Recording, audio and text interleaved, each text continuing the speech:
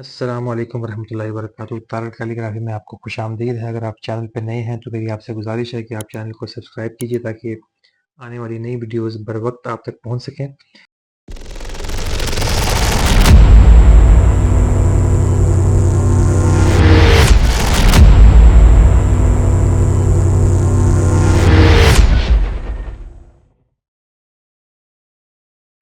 अब हम टाइम को ज़ाया किए बगैर आगे चलते हैं और हमने आपको मैं ये बताऊं कि आपने जो लास्ट वीडियो में सीखा था वो ये था कि बा को सीन से शीन स्वाद द्वाद से कैसे मिलाते हैं।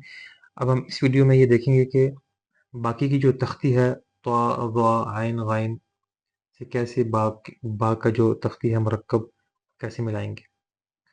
तो उसके लिए स्वाद मैं ज़रा दोबारा आपको लिख दूं। कुछ दोस्तों ने कहा था कि स्वाद जो है वो दोबारा बता दें, तो उसके लिए ज़रूरी है कि मैं आपको दोबारा स्वाद हम शुरू करेंगे तकरीबन आधे से थोड़ा सा ऊपर।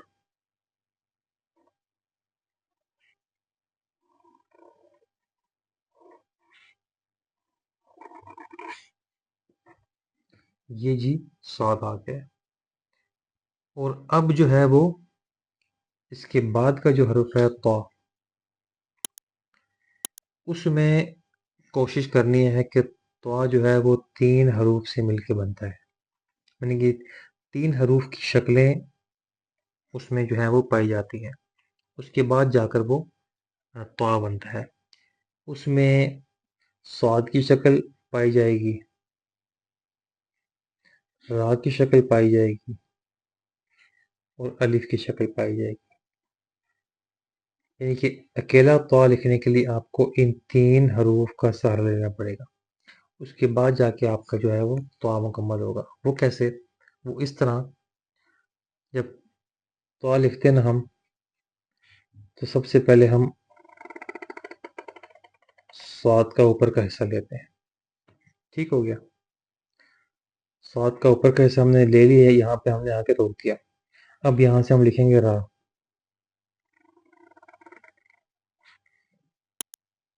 ठीक हो गया। अब हम लिखेंगे यहाँ से अलिफ।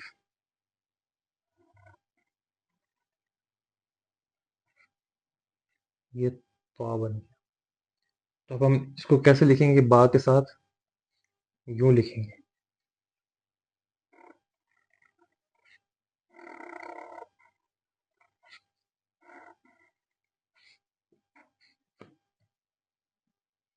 ये आपको समझ आ गई होगी। बड़ा आसान है, बस ये है कि तो जो है वो 3 हरूफ से मिलके बनता है।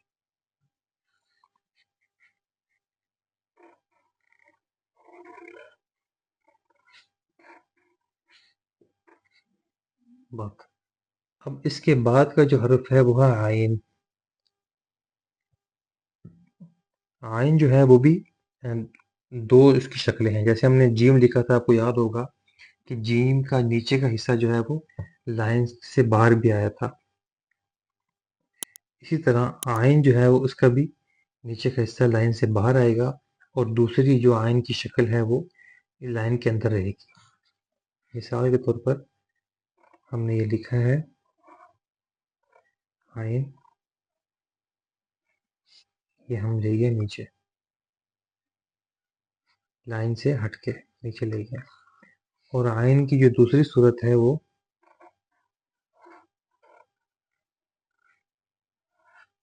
ये है। ये बिल्कुल उस तरह है जैसे आपने बा और जीम लिखा था। याद आ गया होगा आपको, बा आइन और बा और जीम। उसके बाद हम लिखते हैं बा और काफ।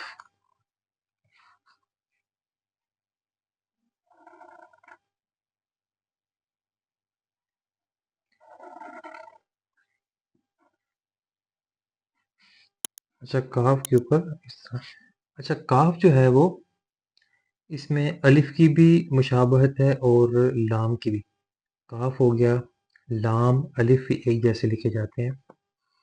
अब मैं आपको लाम लिख के दिखाऊंगा तो आपको बिल्कुल भी फ़र्क महसूस नहीं होगा कि काफ और लाम में क्या फ़र्क है। और लाम के अंदर अलिफ की मुशाबहत है, जैसे आप अलिफ लिखते हैं ना, बिल्कुल वैसे ही।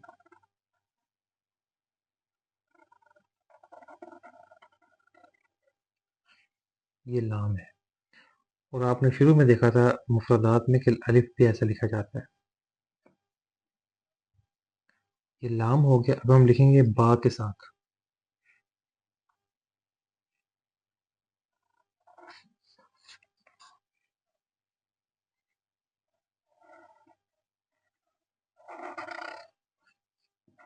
یہ با لام بل ہو گیا۔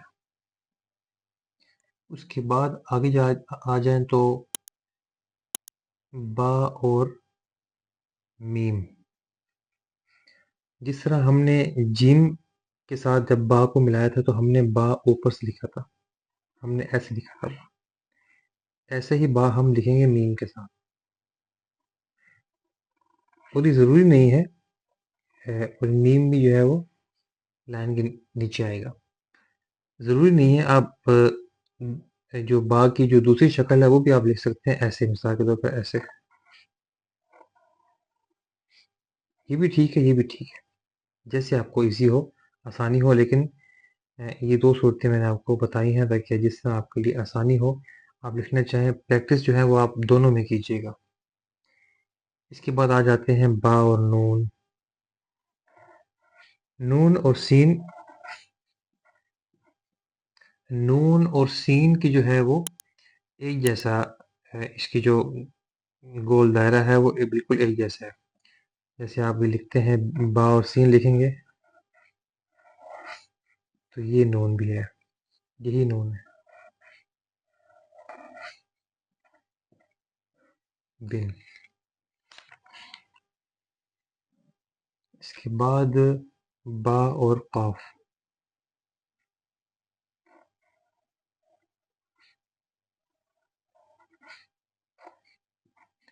قاف ہو گیا، نون ہو گیا، سین ہو گیا، صاد ہو گیا، ان سب کی جو گول دائرہ ہے ان کا وہ بالکل ایک جیسا ہے، اس میں کوئی فرق نہیں ہے۔ اس لیے اگر آپ کسی ایک حرف کا بھی دائرہ بنانے میں کامیاب ہو جاتے ہیں، سیکھ جاتے ہیں سین کا، صاد کا، تو آپ کو آئندہ کے لیے آسانی یہ ہوگی کہ آپ کے لیے باقی حروف لکھنا بھی آسان ہو جائیں گے۔ اگر آپ نے فرض کریں سین سیکھا ہوا ہے، سین آپ لکھ لیتے ہیں، جب سین سیکھا ہوا ہے تو آپ یقیناً قاف بھی لکھ لیں گے، صاد بھی لکھ لیں گے، تو باقی جو حروف ہوں گے وہ آپ کے لیے لکھنا آسان ہو جائے گا۔ اس کے بعد آتے ہیں با اور واؤ میں۔